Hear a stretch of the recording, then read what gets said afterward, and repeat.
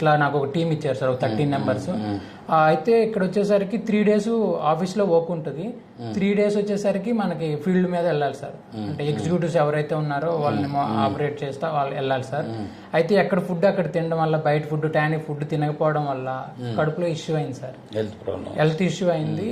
నేను పెద్ద సీరియస్గా తీసుకోలేదు సార్, ఏముందిలే అని. తర్వాత డాక్టర్ దగ్గరికి వెళ్తే ఎండోస్కోపీ చూసి లోపల గడ్డు ఉంది, థర్డ్ లేయర్ నుంచి పెరిగింది అని చెప్పారు సార్. సో మేబీ క్యాన్సర్ అని చెప్పాడు సార్. ఆల్మోస్ట్ రిపోర్ట్స్ 10 days వరకు రాలేదు సార్. ఇంకా ఆల్మోస్ట్ క్యాన్సర్ అని అందరు డిసైడ్ అయ్యారు సార్, మా అమ్మ కానీ నాన్న కానీ. ఇంకా క్యాన్సర్, ఇంకా మా వాడు బతకడు అని మా నాన్న అమ్మ బాగా బాధపడ్డారు సార్, చాలా బాధపడిపోయారు. ఇంకా జాబ్ రిజైన్ చేసేసాను సార్.